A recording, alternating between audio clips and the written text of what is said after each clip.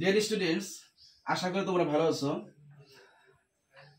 সচরাচরের মতোই আজকে আমি আলোচনা করব সাবজেক্ট, অবজেক্ট এবং পসেসিভ নিয়ে।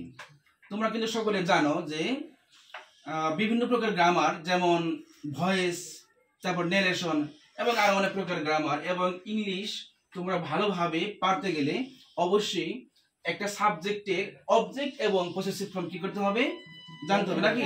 জানতে হবে।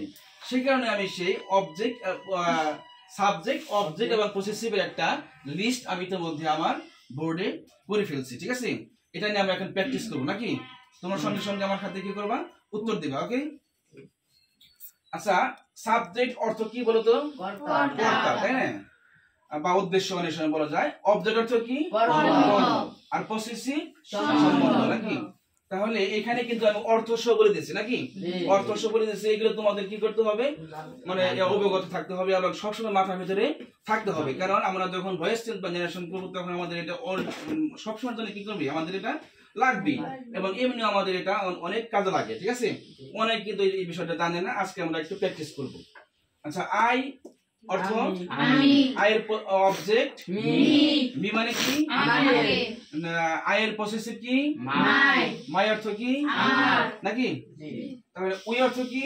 আমরা, আস আমাদেরকে, আওয়ার আমাদের, ইউ তুমি, ইউ তোমাকে, ইউ তোমার, হি সে, হিম তাকে, হিজ তার, শি সে, হার তাকে, হার তার, ইট ইট ইটস দে তারা, them their, Tanzila Tanzila Tanzila's, the boy the boy, the boys, the girl the girl, the girls. এখন এই কোডটা আমাদের কি করতে হবে, জানতে হবে, তাই না? দেখো, যখন আমরা আই যখন অবজেক্টে চলে যায় তখন কিন্তু অর্থ চেঞ্জ হয়ে যায় কিনা? দেখো, এখানে একটা কথা আছে যে দা বয়, দা বয় মানে কি? বালকটি, ঠিক আছে না? আবার এই দা বয় যখন দা বয় যখন সাবজেক্ট হিসেবে বসবে তখন এটার অর্থ থাকবে বালকটি। কিন্তু দা বয় যখন অবজেক্ট হিসেবে বসবে তখন এটার অর্থ কি হবে, বালকটি।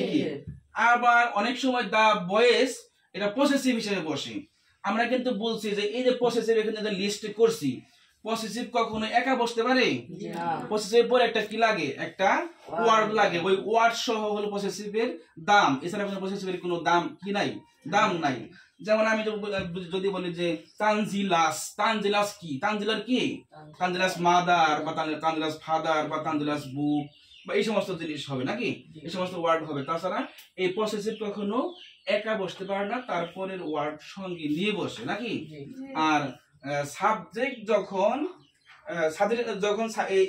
এখানে যে লিস্ট গুলো করছি, এই লিস্ট যখন সাবজেক্ট হিসেবে বসবে তখন অর্থ যা আছে তাই থাকবে।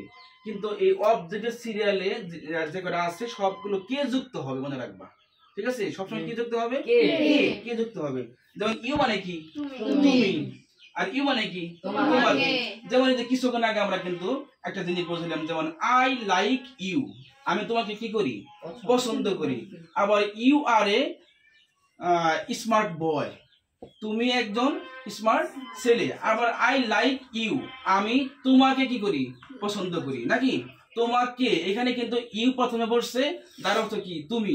আবার ইউ যখন লাস্টে গেছে তখন ইউ কি হয়ে গেছে, তোমাকে। ঠিক আছে, আরেকটা কথা বলা উচিত তোমাদের, ইউ মানে কিন্তু তুমি, আবার ইউ মানে আপনি নাকি?